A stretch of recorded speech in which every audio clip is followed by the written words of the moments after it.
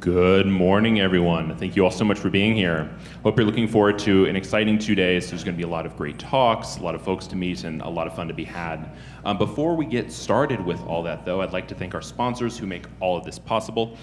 In particular, Hanabyte, who you can find out more information about from their booth in the hall outside. If you have any questions during the talk, feel free to save them, and at the end, I'll come around with a microphone. You can ask, and we can save them for the video. Joining us to the stage right now is Matt Graeber, a threat researcher at Red Canary, and he's going to be presenting Happy Little Clouds, Painting Pictures with Microsoft Cloud and Identity Data. Please give a warm welcome to Matt.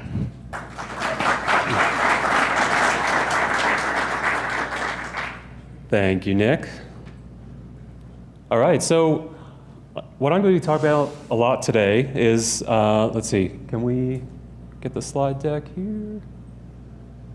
Is the role of threat research as storyteller, and specifically in this case, applying that to Microsoft Cloud and identity logging. But really what I'd like to establish here is a universal methodology for assessing the quality of data sources and using those to tell a compelling story that responders can use to respond to threats confidently.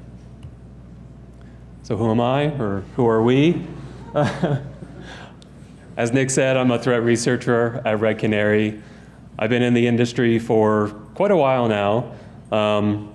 Perhaps a little known fact about me, way back when, as I was kind of starting my InfoSec career, I gave a talk at, I think it was the third DerbyCon, with a coworker, Chris Campbell, where we coined the term living off the land. And since then, I've always had a fascination in leveraging what a vendor gives you and making the most use out of that. So whether it was way back when, working on the offensive side and figuring out ways to leverage novel built-in utilities in Windows and abuse them. Now we're going to be kind of talking about living off the logs, right? Making the most use out of the vendor logs that we're given. In this case, Microsoft, which both for better and for worse. I'm a huge fan of Bob Ross. I only wish I could have a head of hair like that. I'm channeling Bob Ross here to, as he might say, give me a head of almighty hair. So Bob Ross, has anyone here watched his show? Like, you can watch it for free on, included on Amazon Prime. It's my favorite show to watch with my daughter. She's really into art, and so yeah, just thought it would be a good opportunity to channel him and get some inspiration from him as we go along here. So what would I like to achieve here?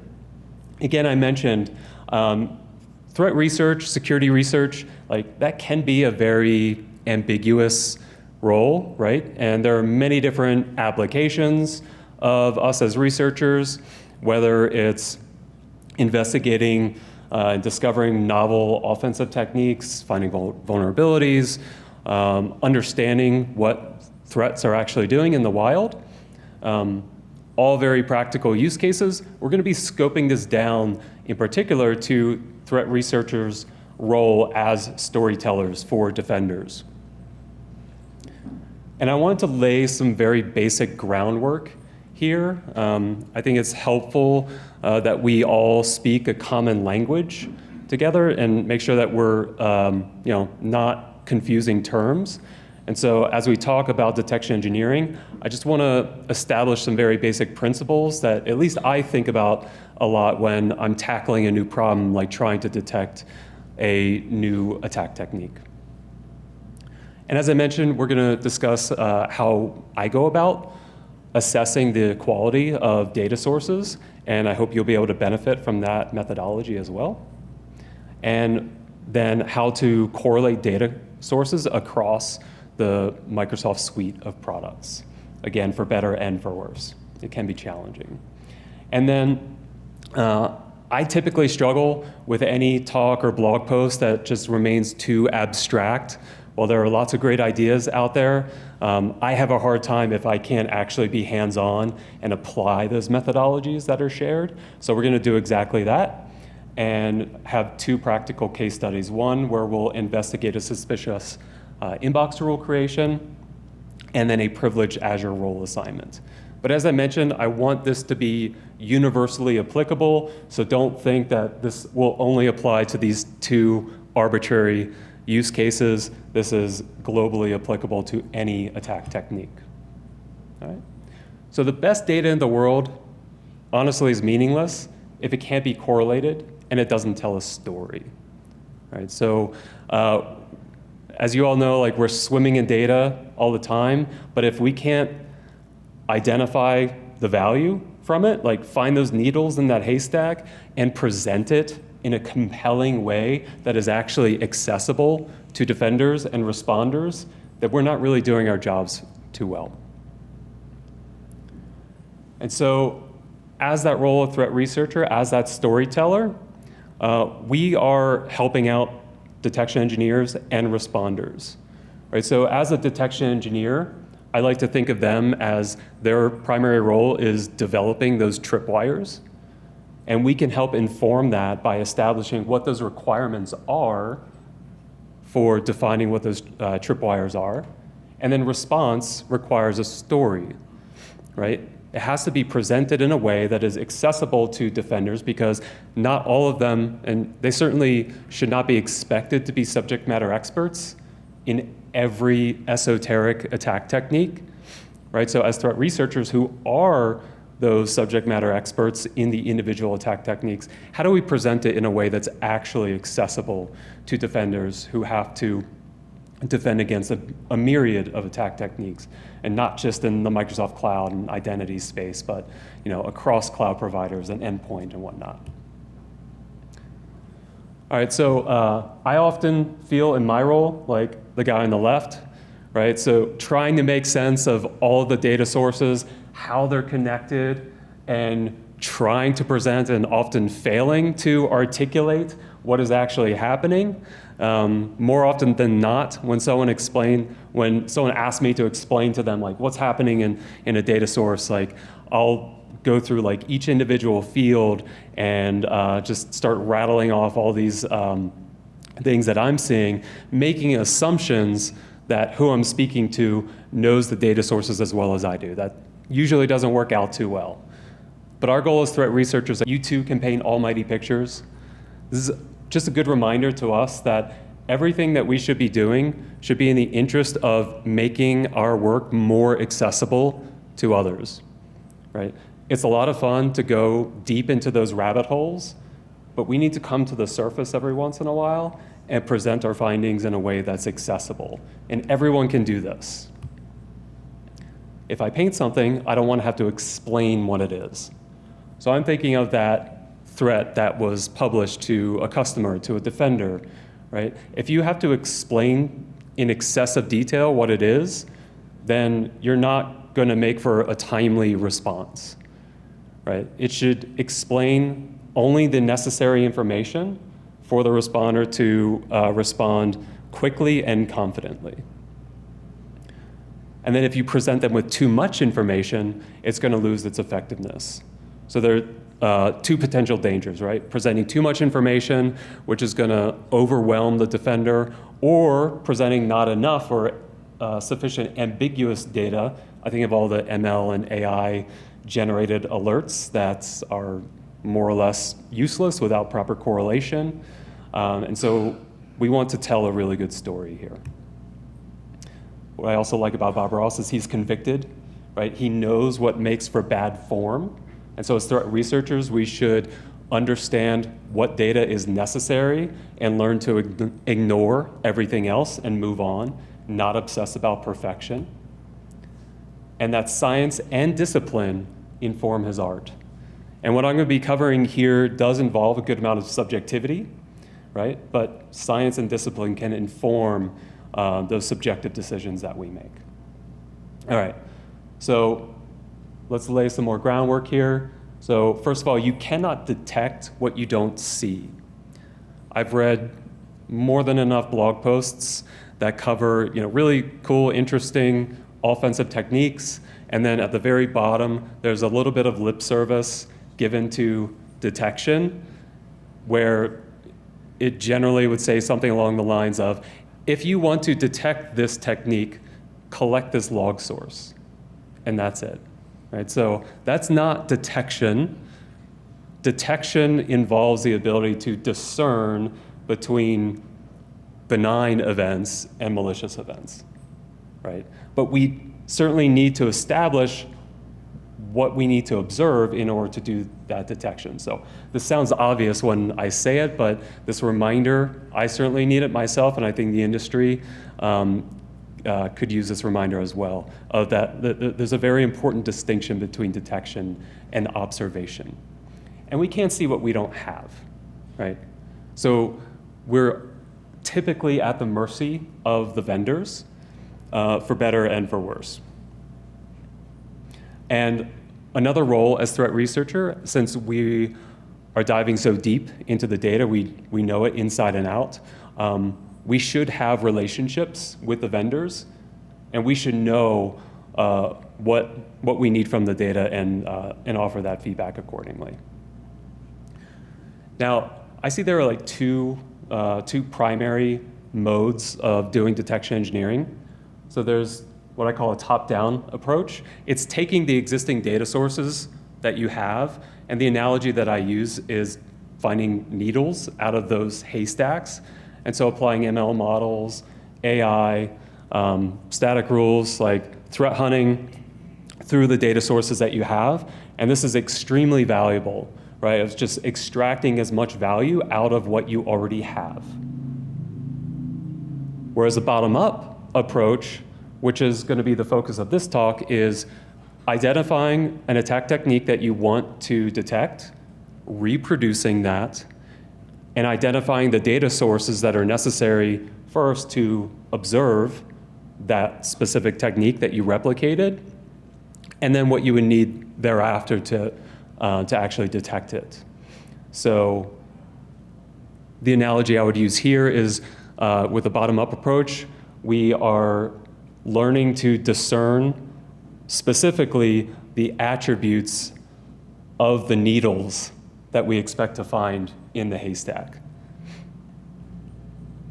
All right, so how do we go about assessing data quality? What I have found through my experience is that it just feels like the majority of log sources are just meant for troubleshooting or for compliance, right? And so as security practitioners, we need to make the best use out of what we can get. It just seems like there are very few data sources that are designed with security detection and response in mind. So it is what it is.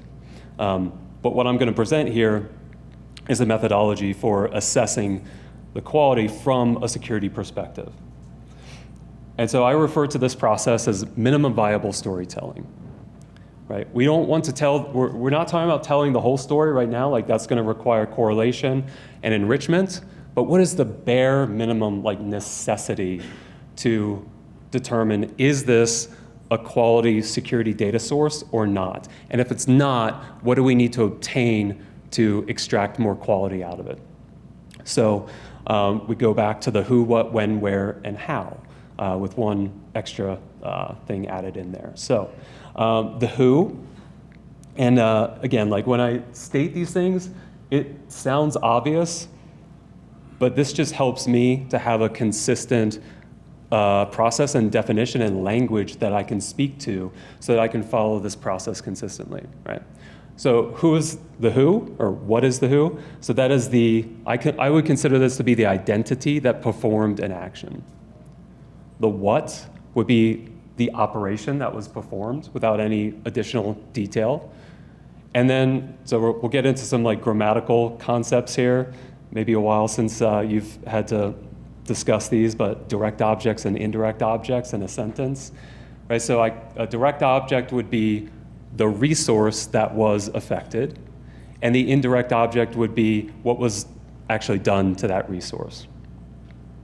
So when should be pretty obvious. So this is the date and the time that the action occurred. Now, it'll be important as we go through log data, like, so are we looking at date timestamps from when the event occurred or when the event itself was ingested? So that's an important distinction to make when we're building on a timeline.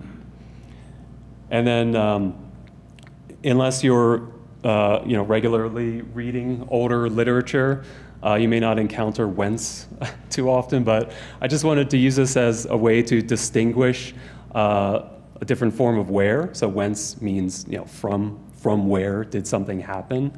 I couldn't think of an instance to use whither in here, so we won't consider that. But whence would be where did the actor or the who originate from. So where would be the location in which the affected resource resides, and how would be the means by which the actor affected the resource. For example, an Entra app ID or a user agent string, something like that. And again, so this is what I'm defining. Hopefully you would agree with this, and as I apply it, you might agree with my process, but this is also very subjective, okay? So what we'd like to do is take this barf of data here and make it actually intelligible, right? So you don't actually need to read this and try to understand this. The point I want to make is once we've identified candidate data sources to observe a technique, that we want to apply that minimum viable storytelling process to see if, in this case, these two events related to the modification of authentication details are good from a security perspective. All right, so here's what that template looks like. All right, so I try to apply this to every data source because it helps me understand, like, do I actually understand what's happening in this one atomic event or not? So it follows like this generally, this template. So on, when, within, where, who, did, what, from, whence, by, how. So specifically in the case of this log data, translating that after identifying the sources that would populate the who, what, when, where, how, and whence, you get a summary like the following. On 5/3/2025 within Entra ID, tenant ID, that GUID, the user Matt G, added an SMS phone number of that phone number as an authentication method to their own account from that IP address. Now, one thing that is absent in this case is the how. So would I deem this to be a good security data source? Personally, I would. I don't always necessarily need the how, but just because we don't have it doesn't mean that we'll never be able to get it. That just means we need to investigate further and see if there are correlation and enrichment opportunities where we might be able to get that how. For example, the app ID or the user agent string.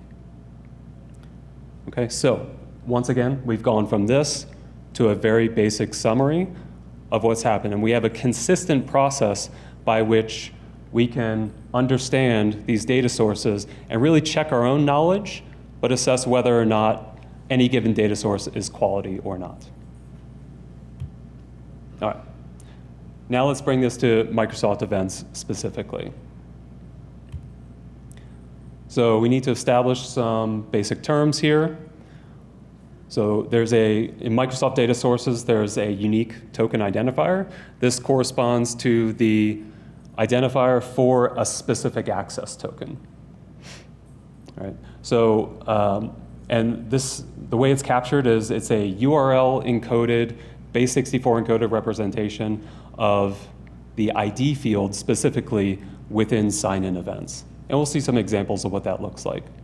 So the pro of doing correlation off of a unique token identifier is that you're able to do direct correlation back to a single specific sign-in event.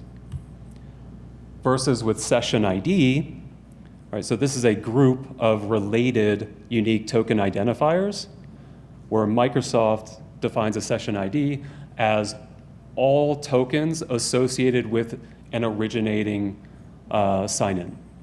So this would constitute the original sign-in authentication and all subsequent refresh tokens that were issued. So the pro for this is that for responders, it gives us a holistic timeline of events for any given identity. But on the downside, this can span across 90 days. So if you're trying to do like very tactical like detection engineering based on correlation of session ID, that's probably not going to work out so well. And just so we know, like decoded unique token identifier is not the same as session ID. We need to keep those as two very distinct principles because they're represented differently in data. All right, so, and again, a session is comprised of one or more UTIs, unique token identifiers. All right, so here's what one of those URL encoded, base64 encoded UTIs will look like in log data. So once we URL decode that, right, we recover the original base64, and then decoding that into a GUID, this would be the ID field in the corresponding Microsoft sign-in events. So good reference right there. All right, so some further reference here. So I wanted to offer this. So raise your hand, like are you in Microsoft log data all the time?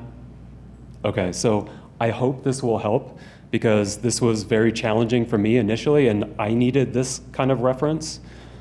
So we're gonna be talking about UAL event sources, so the unified audit log, but also log analytics-based data sources, and so, those sign-in events, and correlating between the two of them. So if we're just talking about correlating O365 UAL events, in this case, like the specific example is UAL exchange events, to sign-in events that come from UAL logs, then the correlation opportunity we have is the following. So that unique token ID, right, in that format, if we want to correlate it to a sign-in event, we actually have to decode that because in the UAL sign-in events, it doesn't present the base64 encoded UTI. So you have to do that decoding in order to do the correlation back to that GUID on the bottom, okay? And then to correlate to a session ID, you have the device properties session ID field across both of those data sources. Now, this is the only log source where you have to actually do that decoding in order to do that correlation. But when you're correlating from UAL to a log analytics data source, so any of the following sign-in events, so sign-in logs, these are the interactive sign-in logs, non-interactive service principal managed identity logs. There's more or less a one-to-one correlation, just using different names. Okay. Moving on to Azure Activity Event Correlation. So from any given Azure Activity event field, we would look to the claims.uti field, and to correlate that to a specific sign-in, you have the unique token identifier on the right side. And if you wanted to decode that, that would correspond to the ID field as well. So if it wasn't obvious, unique token identifier and ID, they're synonymous. One is just decoded. All right, sign-in events. This looks like it's pretty straightforward, yes. So if we want to correlate a non-interactive sign-in log to a sign-in log, we have that opportunity. It took me way too long to realize that this correlation was even possible because I've had such mixed results with correlation ID in Microsoft data. So a little bit of a rant here. For those of you who work in Microsoft data all the time, you might understand just how inconsistent and how uncorrelatable correlation ID is. It totally depends on the product that you're dealing with. And you can really get a sense of just how siloed the organizations within Microsoft are when you're dealing with these different data sources where sometimes correlation ID doesn't correlate to anything and it's just a glorified identifier for the event itself. But then other times, correlation ID will correlate within a Microsoft technology, but not without. So like not across to different log sources. This is one of those few cases where correlation ID actually correlates across entities. In this case, from a non-interactive sign-in log to a sign-in log. And this is important to know because let's say we've done a detection of, well, we're going to use a use case shortly of the suspicious inbox creation. If we want to go from the inbox creation to the corresponding interactive sign-in event, we need the non-interactive sign-in event in order to make that link. And I'll show you what that looks like shortly. We also have graph activity log correlation, which is pretty cool. So just presenting that here as a reference. All right. And then, so I've already mentioned some of the issues with correlation ID. One glaring omission from Microsoft, which is just a constant point of frustration for me, is the fact that you can't do this correlation in the audit logs table. So any Entra ID audit events, at least I'm not aware of, if you know a way to do direct correlation back to a sign-in event, you let me know. But there is no unique token identifier represented in those events. All right, so let's dig into some practical case studies. All right, so let's consider this one unified audit log event where an inbox rule was created. So I've distilled this down. This is probably like 1/3 of the original event. I had to fit it into a slide, but I also just wanted to capture the most important fields that we'll use to populate that minimum viable storytelling template. All right. So what are we going to focus on here? All right. So I've highlighted what will be used to constitute that minimum viable storytelling template. All right. So we have the when. So this is the creation time. And again, we'll want to investigate in documentation, if it's even there, is this when the event was ingested, or is this when the event actually occurred? We'll want to understand that. And then the what. So what actually occurred? Okay, we have a new inbox rule. Where did it occur? So in this case, this will be the tenant ID that the event took place in. The who. Who's the actor that performed the action? This is Matt at Contoso Corp. From where did the who originate the action from? That's the IP address. And then what resource was affected? So that's that direct object right there. In this case, it's the Matt Graeber inbox. And how did that action occur? It happened through this particular app ID. Now this doesn't give us the pretty name of what that is, so that would require either more correlation or enrichment, which we'll get into shortly. And then what actually happened here?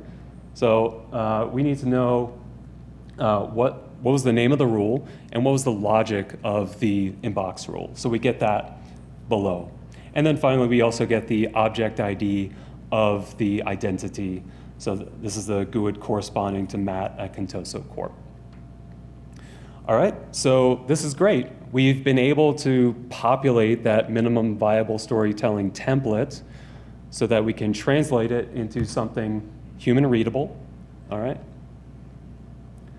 Now, I have done one extra step here where I did the enrichment to resolve that app ID into one Outlook web. So that could be based on like a static list of built-in Entra ID applications. There are other ways to do this enrichment, but there are also correlation opportunities, which we're going to get into, where we won't actually have to do that enrichment. So this makes sense to me. So going from this to this, I think anyone who works in Microsoft Cloud and Identity data would be able to understand these two sentences. Okay, so I mentioned that enrichment that I did for the app ID, and also we didn't have a user agent string. I always like to have that if I can get it, because that is just one of many different ways that we can assess whether or not this activity is normal for this given identity. So let's go back to that unique token identifier and see what we can correlate. All right, so KA8 to M, let's remember that. And here's an example log analytics query taking that unique token identifier and seeing if there are any corresponding sign-in events for that UTI. And what we get is a single non-interactive sign-in event. So this is to be expected. That one-to-one correlation from the event that occurred to a single non-interactive sign-in event. Okay? And this is important to understand because this event that occurred, it wasn't Matt at Contoso Corp that did it. It was the application that did the actual action, right, on behalf of Matt at Contoso Corp.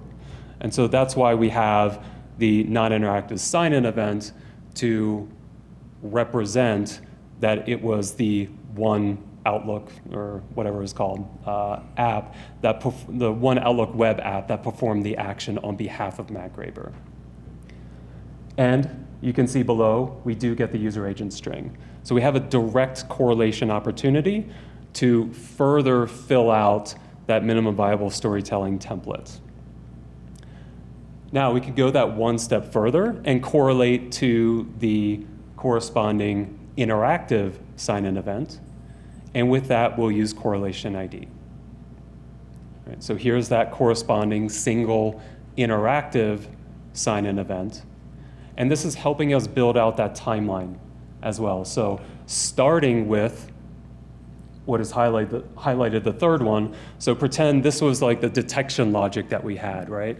So something triggered that suspicious inbox rule that was created, and now we need to automate the correlation to start building out this timeline. And so this process is what we've just done. Again, starting with that one UAL event, working backwards with the correlation points that we had. So now we can take that and start to build out that timeline even further.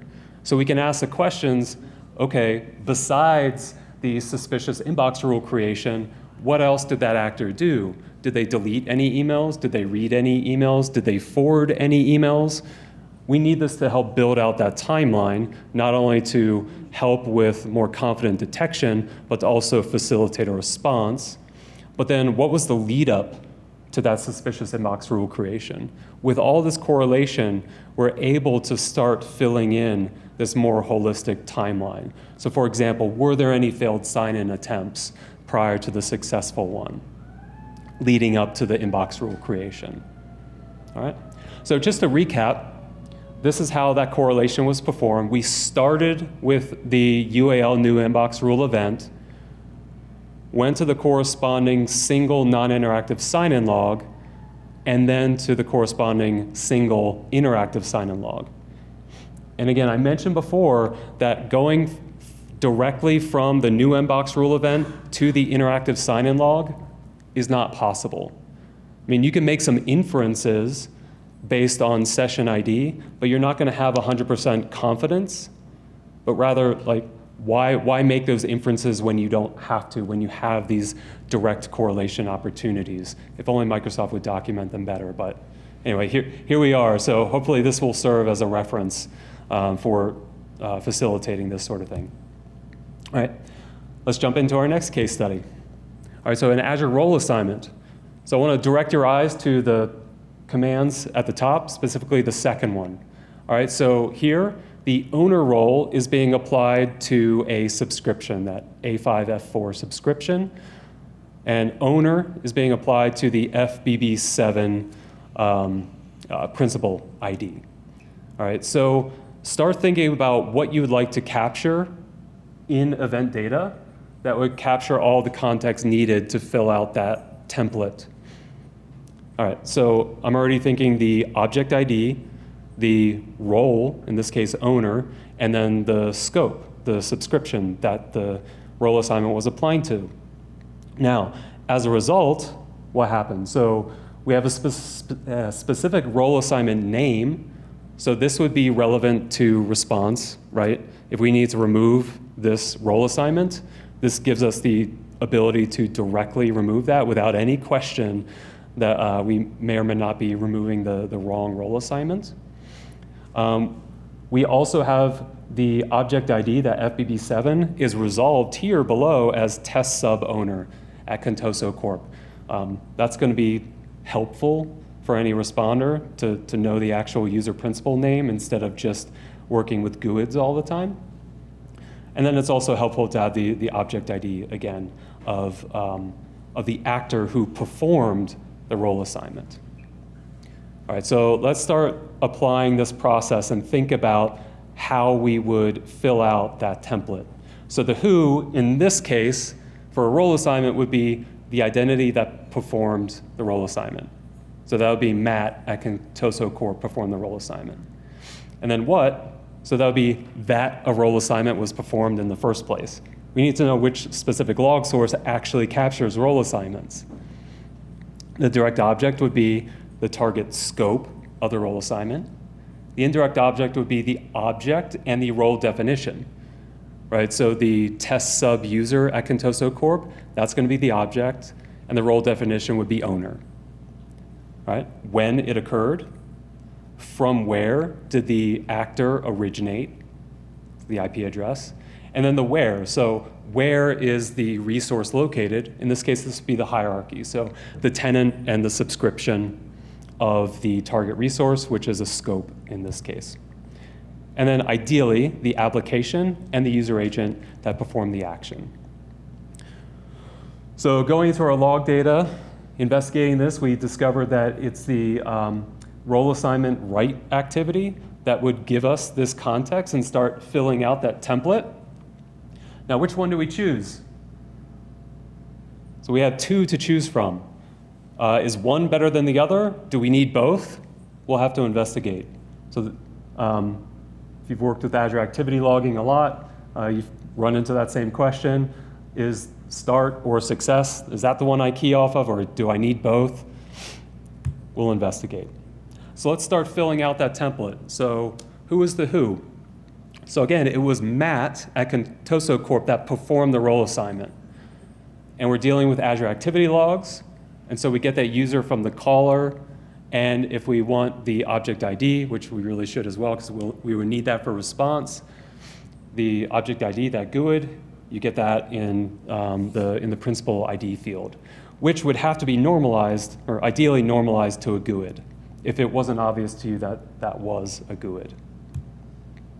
All right, next, so the what. So what actually occurred? So a role assignment was written. We get that from operation name value.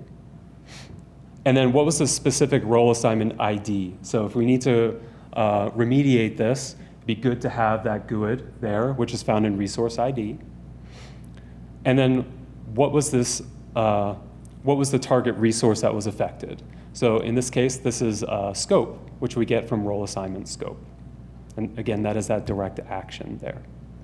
Okay, so continuing on, we have the what. So we need to know who the role assignment was applied to. So that was owner, all right? And then the role definition ID, we get that there as well. And so with all that populated, if we wanted to remediate that, we have all the information we need to perform that remediation, either manually or in an automated fashion. Next, we have our timestamps. And we need to choose which one is which. Oh, and let me go back. So the principal ID, so who the role assignment was applied to, you only get that in the start event, not the success event. So the request body, those will always be in the start events. So that context is very important. So I generally lean towards preferring those start events over the success events. Okay, whence, pretty straightforward. And then the how, app ID. Okay? All right, so Azure Activity, role assignment write, start events is what's necessary to populate the majority of the minimal viable storytelling template. All right, the event does have sufficient context based on the guidelines that we established to perform remediation. And any missing context can be acquired with correlation or enrichment, right? So for example, the role assignment principal name, that can be enriched. And then through correlation, we can also get the app name that performed the assignment. beyond just the app ID.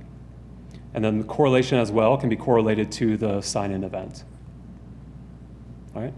So my subjective data quality assessment is that that Azure Activity Start event is medium to high on its own without correlation, because it fills out that template sufficiently with a few exceptions. All right? So this is what it would be translated to. And then if we had correlation and further enrichment, we could get some additional details that you see highlighted there. So some closing thoughts. It's important as researchers, as we're going through this data and trying to make sense of it and articulating it to customers and defenders, that we have a repeatable, universal process to determine what is necessary to observe, detect, and respond to threats. The unique token correlation offers the highest signal-to-noise ratio for initial detection. It's not going to tell the whole story, but it helps build up that necessary story so that we're not making too many inferences about how to make those connections between events and sign-ins. And now we have a process for assessing the minimum data quality standards. And we have an ability to correlate. But without that, we will fail as defenders because we can't tell that story effectively. Now, Microsoft is getting better at correlation. So there are more data sources over the years that now support unique token identifier. Hopefully, we'll see that with audit events eventually. And there's one reference out there. So Microsoft gives a little bit of reference documentation on how to do some of this correlation. So I just wanted to provide that. But otherwise, that's all I have. And I'll open it up to questions.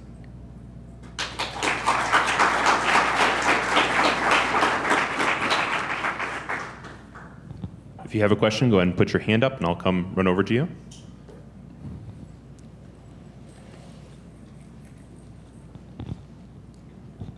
Thanks for the talk. I was curious, have you done any research on with adversary in the middle, with all the session tokens versus refresh tokens, and that is quite annoying in logging. So I was curious to see if you had any good stuff on that. Yeah, so the question was, have I done any research on adversary in the middle? Yeah, I've done that, and therein lies part of the challenge, because like adversary in the middle is really abusing a lot of this process, right? So like when we're trying to establish that timeline and tracking unique token identifiers, right? So when a token is stolen, right, that unique token identifier is going to be the same, but we have some things to key off of.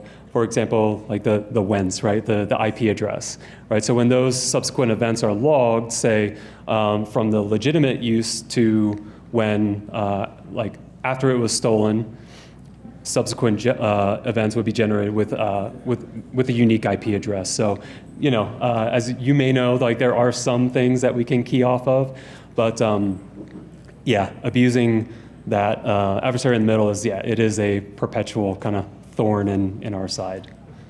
Yeah. Hey, I had a question. You know, you mentioned oftentimes vendors are not designing logs for detection and response, and I'm curious, like, who are they designing it for? Is it negligence? Is it some kind of compliance framework? Like, I can only speculate, but I would assume it's for compliance, auditability, right? Troubleshooting. Right, so I mean, there are certainly more use cases beyond security for these log sources, you know, like uptime and availability, that sort of thing. So these logs have to serve many different use cases, not just our InfoSec purposes. So I don't know, it would be nice if there was more of a internal focus on making these more accessible for security-minded folks. But you know, we have some methodologies at our disposal to extract as much as possible. So it's a good question. I think that's all the time we have for questions. If you have any more, definitely check out the Slack thread. You can chat with Matt directly. Can we get a round of applause for Matt?